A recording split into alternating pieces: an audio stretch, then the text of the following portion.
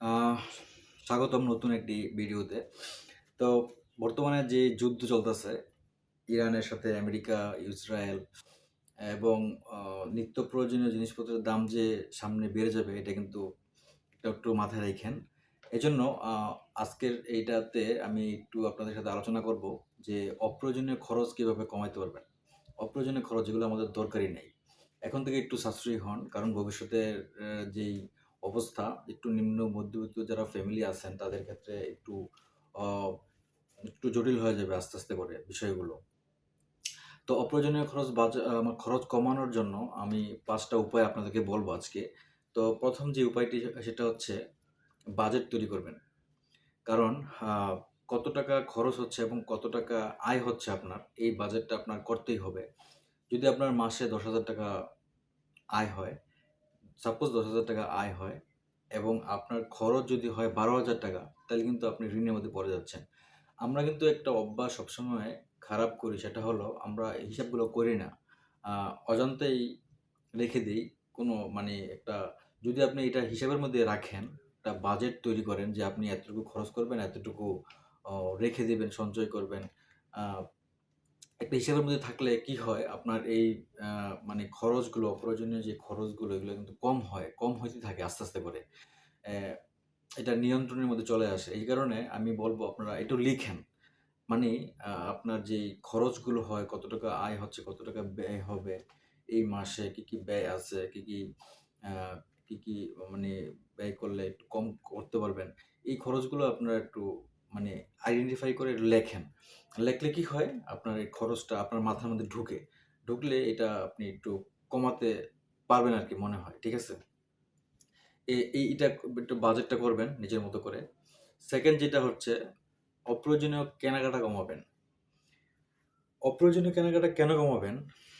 যেটা আপনার দরকার নাই, আপনি সেটাও যদি কিনেন, সেটা হচ্ছে অপ্রয়োজনীয় দরকার। অপ্রয়োজনীয় কেনাকাটা। বুঝতে পারছেন? ধরেন একটা অফার দিল আজকে যে 50% ফ্ল্যাট ডিসকাউন্ট।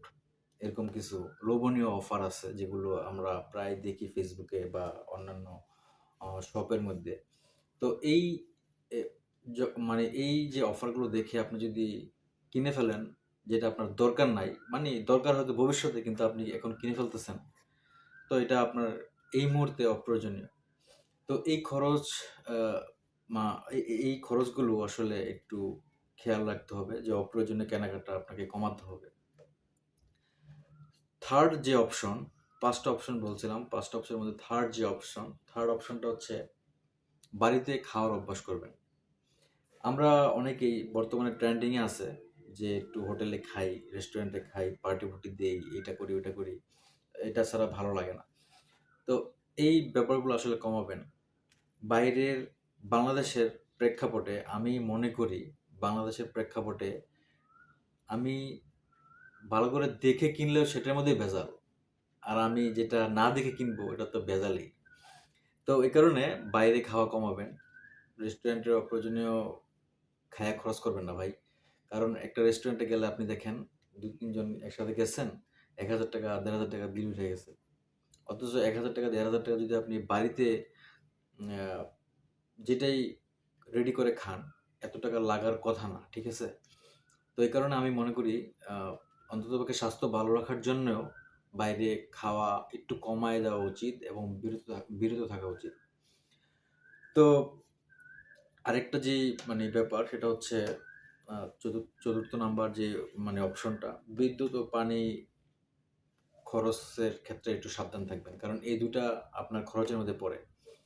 আ বিদ্যুৎ এবং পানি আমরা যারা গ্রামে থাকি এদের পানি হয়তো খরচটা নাই, কিন্তু বিদ্যুৎ খরচ আছে। কল থাকলে কোনো পানির খরচটা হয় না। একবার টিউবওয়েল বসালেই পানি সারা জীবন উঠানো যায়। কিন্তু বিদ্যুৎ খরচটা হয়। এ কারণে অপ্রয়োজনীয় লাইট, ফ্যান এগুলো ছেড়ে রাখবো না। আ একটু সতর্ক থাকবো। ঢাকা শহরে যারা থাকেন তাদের ক্ষেত্রে সবগুলোই আ আ বিদ্যুতের যে অপচয়, পানির যে অপচয় এগুলো আসলে না করি। এক্ষেত্রে একটু সাবধান থাকলে মাসে একটু বিলটা কম ওঠে। খেয়াল রাখবেন কিন্তু।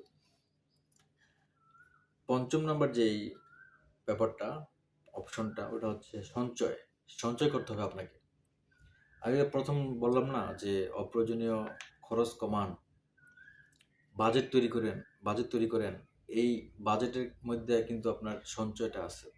সঞ্চয়টাকে আপনি অ্যাগ্রেসিভ ভাবে নিবেন। মানে এটা খুবই হার্ড ভাবে নিবেন। কারণ দেখেন, আপনার পকেটে যখন আ মাস শেষে টাকা থাকে না, তখন মানে মাথাটা কিরকম গরম হয়ে যায়। ঠিক আছে? তো তখন মানে পরিচিত জন থেকে কিন্তু পাওয়া যায়। কিন্তু যদি অনেক বিশাল বাজেট দরকার হয়, তখন কিন্তু আসলে ম্যানেজ করা খুব কষ্ট হয়। আত্মীয়স্বজনদের থেকেও অনেক খুঁজতে হয়, গিয়ে অনেক ধার দেনা করতে হয়।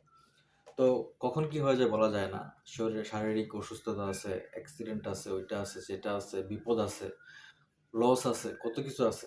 এজন্য অন্ততপক্ষে বিপদের মুহূর্তে যাতে আপনি টিকে থাকতে পারেন, অতটুকু পরিমাণ অন্ততপক্ষে ৬ মাস, ১ বছর, ২ বছর যাতে কারো হাত পাতা না লাগে। চাকরি চলে যেতে পারে, চাকরি যাইতে পারে, তারপরে বিপদ হইতে পারে, কত কিছু হইতে পারে। আপনি একটানা ৬ মাস ঘরে বসে থাকতে পারেন।